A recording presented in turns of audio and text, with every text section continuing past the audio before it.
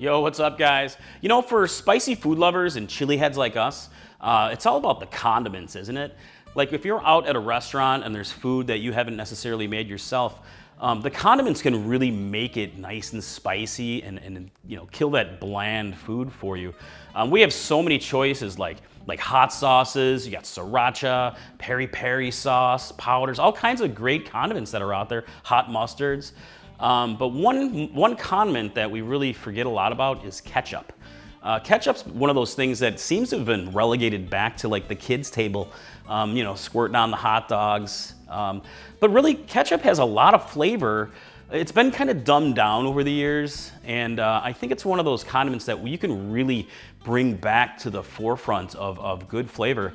Especially when you make a homemade version. I make a homemade version with lots of fresh ingredients, and I like to add chili peppers to mine to make a nice spicy version. So really, I think if you make this, you're gonna love ketchup just as much as you used to. So seriously, let's make ketchup awesome again.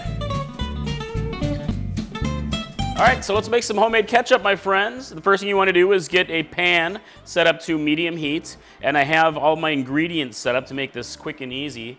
So I'm gonna go ahead and add about a tablespoon or so of olive oil to the pan. And I have here a small to medium-sized onion chopped. Gonna get that into the pan. We're gonna be making a spicy version today. Ketchup usually is not spicy, but of course we want a nice spicy version as spicy food lover, chili head people. And really you can use any peppers. Today I'm gonna make a jalapeno ketchup. So I've got one jalapeno. But this concept works for any pepper, really. You can use serrano peppers if you want. You can use hotter peppers. I love a good habanero ketchup. It's a delicious, nice level of heat. But really, you could go hotter. Go ghost pepper ketchup, reaper ketchup. How about some like scorpion sting ketchup?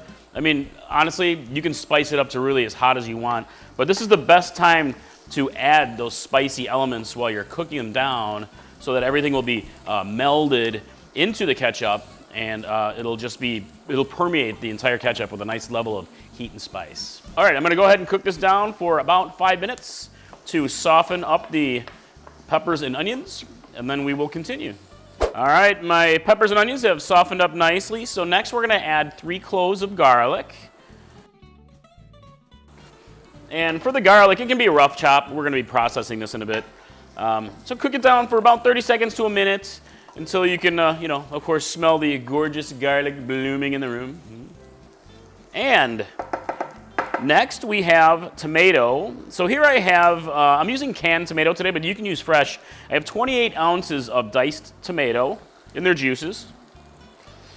And really, you can use any tomatoes for this. I love to make this a lot of times with cherry tomatoes from my garden. Whenever I have a lot of tomatoes, I'll make homemade sauces. Particularly, I'll make a nice homemade spicy ketchup. Very good, very sweet. Changes the character depending on the different tomatoes that you use. So feel free to experiment. All right. And here I have 1/3 cup of brown sugar.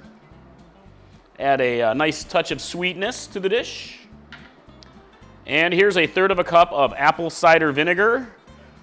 And you can use other vinegars, but apple cider vinegar actually is perfect for making a homemade ketchup.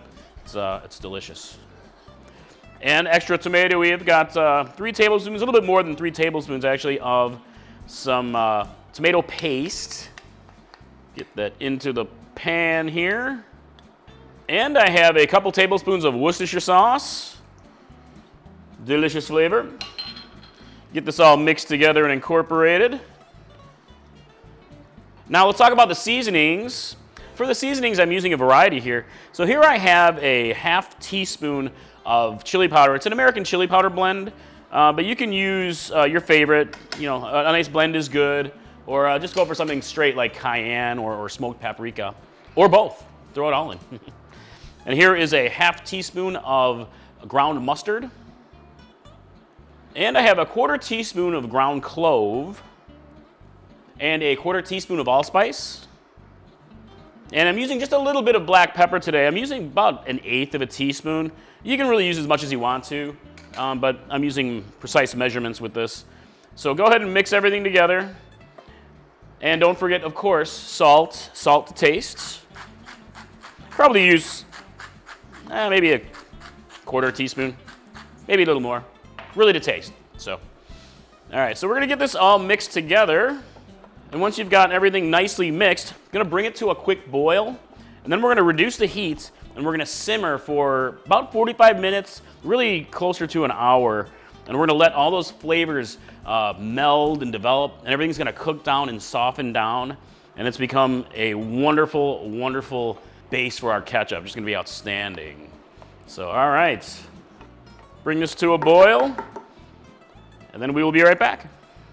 You know, while my ketchup here is simmering, the reason this recipe works so well and why I love it so much is really because it's perfectly customizable. So if you're used to a certain ketchup or you're looking for a particular flavor, you can really emphasize that pretty much however you want to. You can add in more allspice or cut back on the brown sugar. You can easily add in hotter peppers and make, like I said, like a Reaper version if you want, you know, my crazy chili head friends. But you can really make it as spicy as you want to, and you can add more or even dial back until you find that perfect blend. So I would like print out this recipe and experiment and make little notes of like, okay, so I doubled the allspice and I added habaneros instead. But it's just really just a perfect way to make it the perfect chili head spicy ketchup. Also, it's really fresh. I mean, you can make super fresh ketchup. It's so different from anything you get in the store. These flavors are vibrant and delicious. They haven't been sitting on a shelf for like 2 years waiting to be consumed. And they don't have all those preservatives either, so you really control what you put into your own ketchup just to make it awesome. So let's talk about using ketchup, guys. I'm sure you don't need me to tell you how to use ketchup. I'm sure you have your favorite recipes and ways for incorporating ketchup in your meals, like French fries and burgers and such. Really, this is gonna be fantastic for that. But also, one way you might not have thought of is you can use your homemade ketchup, especially homemade spicy ketchup, as a way to, like a starter for other sauces. Like I incorporate ketchup into like an easy barbecue sauce or a sauce like Mambo sauce that has a big ketchup component to it. This homemade ketchup's gonna add like a heck of a lot more flavor to those original sauces. All right, we've given our homemade ketchup here a nice long simmer. So the next step is to go ahead and get our food processor set up. So, boom.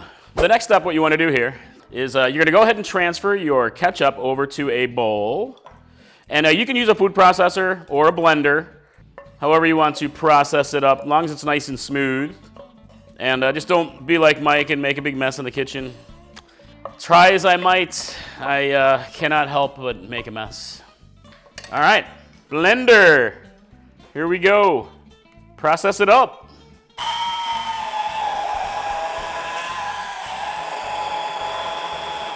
All right, looking nice and smooth here, about as smooth as I can get it to this point with a stick blender. So let me go ahead and get this moved over here.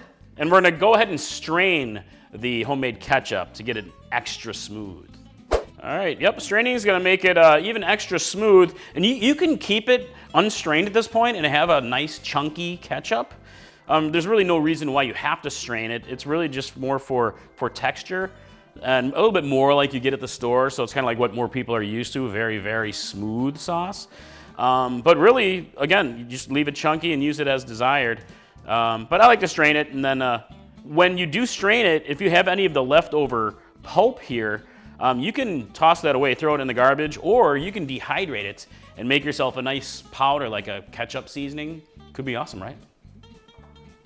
All right, I got this nice and strained. And again, you can save all this pulp here if you want to, dehydrate it or swirl it into other stuff.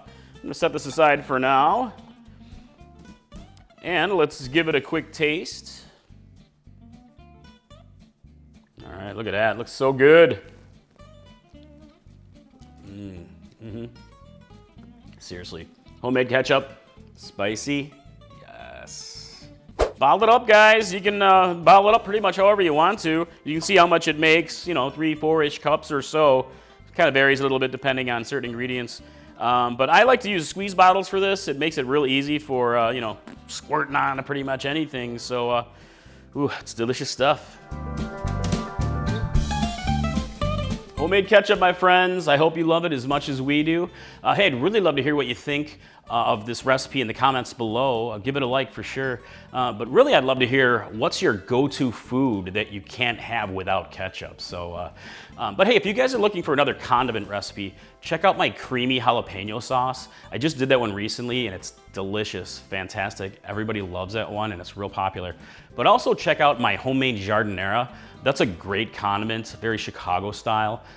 Great on hot dogs and so many other dishes. So, all right, I hope to see you guys in the kitchen next time. It's Mike from Chili Pepper Madness. See ya, bye.